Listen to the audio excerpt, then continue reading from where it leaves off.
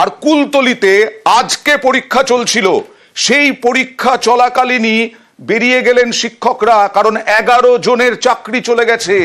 দিশেহারা কুলতলির 11 জন শিক্ষক।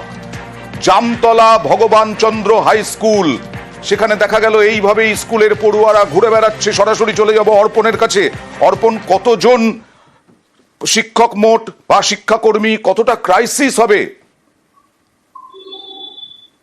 দেখো আন্দা, সব থেকে বড় প্রশ্ন, এই স্কুল তুমি জানবে যে কুলতলির প্রত্যন্ত এলাকায় সায়েন্স নিয়ে এই স্কুলের ক্লাস চলে, এবং সেই ক্লাস গত 3 বছর ধরে চালাচ্ছেন এই যারা 11 জন শিক্ষক, যারা আজকে যাদের চাকরি বাতিল হলো, সেই 11 জনই তারা ছিলেন, কেউ ছিলেন সায়েন্সের টিচার, কেউ ছিলেন ম্যাথামেটিক্সের টিচার।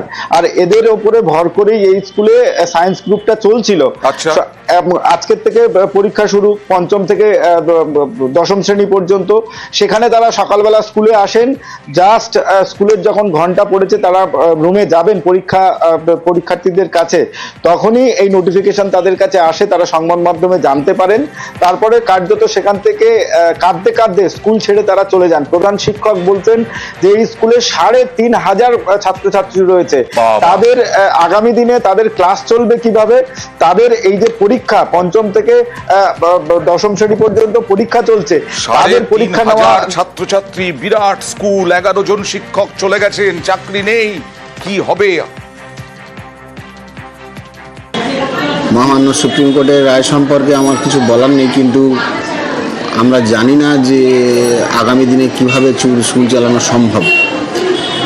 এই 11 জন শিক্ষক শিক্ষিকা, এরা অত্যন্ত যোগ্য ছেলে মেয়ে, এরা প্রত্যেকেই খুব ভালো শিক্ষক শিক্ষিকা। তারা এতটাই দক্ষ যে তারা নিজেরাই দায়িত্ব নিয়ে উচ্চ মাধ্যমিক সায়েন্সের বিজ্ঞান বিভাগটাও ওরা চালাচ্ছিল। এখন জানি না আমরা আগামী দিনে কিভাবে বিদ্যালয় চলবে, কিভাবে বিজ্ঞান বিভাগের পড়াশোনা হবে। এইসব শিক্ষকগুলো সত্যি সত্যি স্কুলের সহমর্মিতার সঙ্গে ভালোভাবে ক্লাস নিতেন, এবং ভালো ভালো শিক্ষক চলে গিয়ে আমি ছাত্র গার্জেন হিসেবে, আমার ছেলে 2026-এ মাধ্যমিক দেবে, আমি সত্যি খুব মর্মাহত। এতে তো বাচ্চাদের ভবিষ্যৎ নষ্ট হবে, পড়াশোনার ব্যাঘাত ঘটবে। আমাদের স্কুলে 11 জন স্যার চলে গিয়েছে, পড়াশোনার সমস্যা হবে।